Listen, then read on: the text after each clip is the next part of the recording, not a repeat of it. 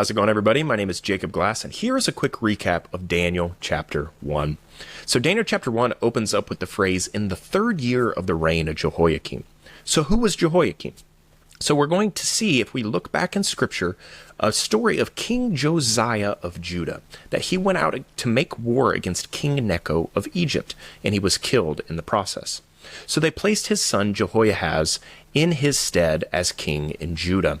Well, King Necho didn't like this and carried Jehoahaz into Egypt and placed his brother Eliakim on the throne, and he changed his name from Eliakim to Jehoiakim.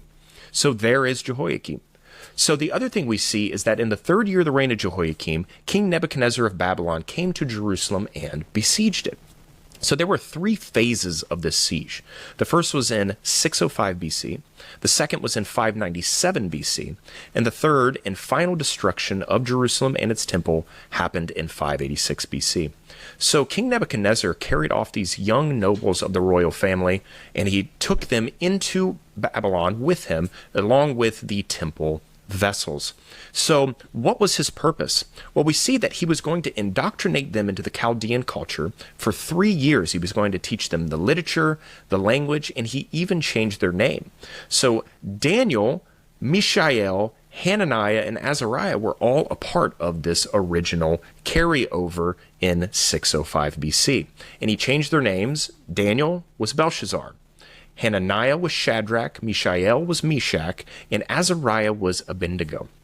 So during this process, during this indoctrination, King Nebuchadnezzar wanted them to eat the choicest food and the choicest wine from his own table, so that they would appear to be the best of the best, and that he would have the best wise men, he would have the best diviners in his court. Because ultimately that was the purpose. He wanted them to serve as diviners and wise men in his court.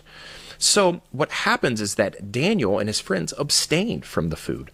This could have been due to just dietary restrictions of the Jews, or there were actually scriptures in the Old Testament teaching them to abstain from the food of the court of the king and to abstain from his wine. And the reason it said that was because they were doing it with ill intent in order to convert you to their pagan ways or to their secular ways.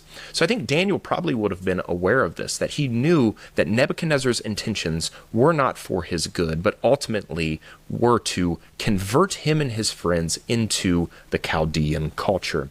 So we end up seeing that Daniel goes to the chief official, Ashpenaz, and asks to abstain. Ashpenaz doesn't want him to, because Ashpenaz is scared to go before the king and do something other than what King Nebuchadnezzar wanted. But Daniel ends up asking to have a testing period. He says, for these amount of days, let us abstain from the king's food and eat only vegetables and water, and test us against the other nobles and see who comes out healthier. So Ashpenaz agreed. And lo and behold, Daniel and his friends looked healthier and fatter than any of the other nobles. So Daniel and his friends were vindicated, and they also end up becoming the most intelligent and the best wise men out of all of the young nobles, and they are making a name for themselves here in Daniel chapter 1. So I hope you guys enjoy these short little videos. I hope to do more on every chapter that I've covered so far in Daniel. If you guys want more long-form content, I am covering Daniel verse by verse, so please go back and watch those videos. Until next time, God bless.